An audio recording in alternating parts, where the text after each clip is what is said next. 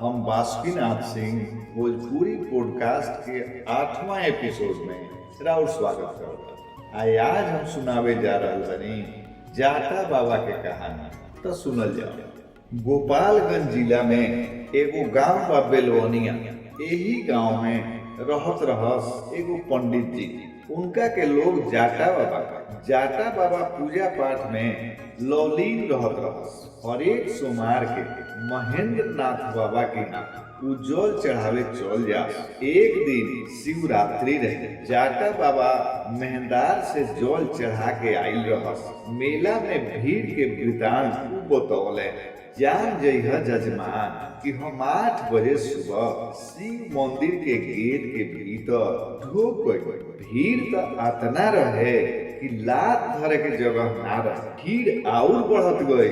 मंदिर के कैंपस में घुसला के बाद हम देखतनी 500 आदमी जल चढ़ावे वाला लाइन में लागल बा। महेंद्र नाथ के जय घोष के साथे लोग मुख्य द्वार की ओर बढ़त जाता।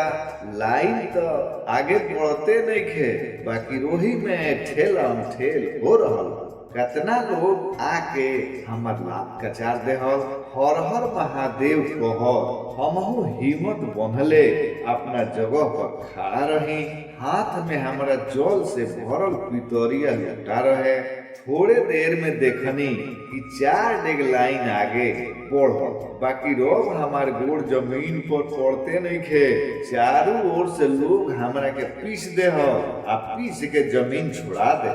मिनटों में हम अपना के लोग के कान्हा पर पौनी।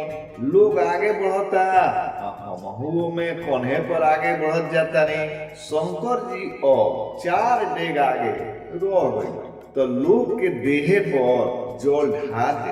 अब सभे लौटे लागल। हमहू लोगन के कंधे पर आवे लगनी। अब हमार दिमाग घबराए लगा। ऐसे कि कब ले हम कान्हा पर चल रहे। तनिको फाफर होई तो हम उतर जाते। हार पाँच के लोटा से लगनी अगल बगल के लोग के कच कच कपार पर मारे। तब जाके तनी फाफर भइल।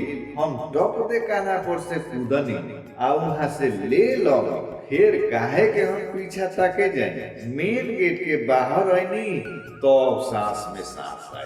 जाटा बाबा अब गेट के बाहर आ गए। वहाँ भेंट हो गई उनके गांव के भोला पंडित। भोला पंडित के अपन लोटा दे देले कि ताले धइले रह। आय अपने जाके एगो गाछ तर लुका गइले। एने गेट का भीतर आ बाहर चारों ओर जाटा के खोज हो रहल बा। उ जल चढ़ावे में 4 आदमी के कपार फोड़ देले रहस। खून छर छर बहत रहे। जाटा बाबा के कोनो पता ना चलत रहे।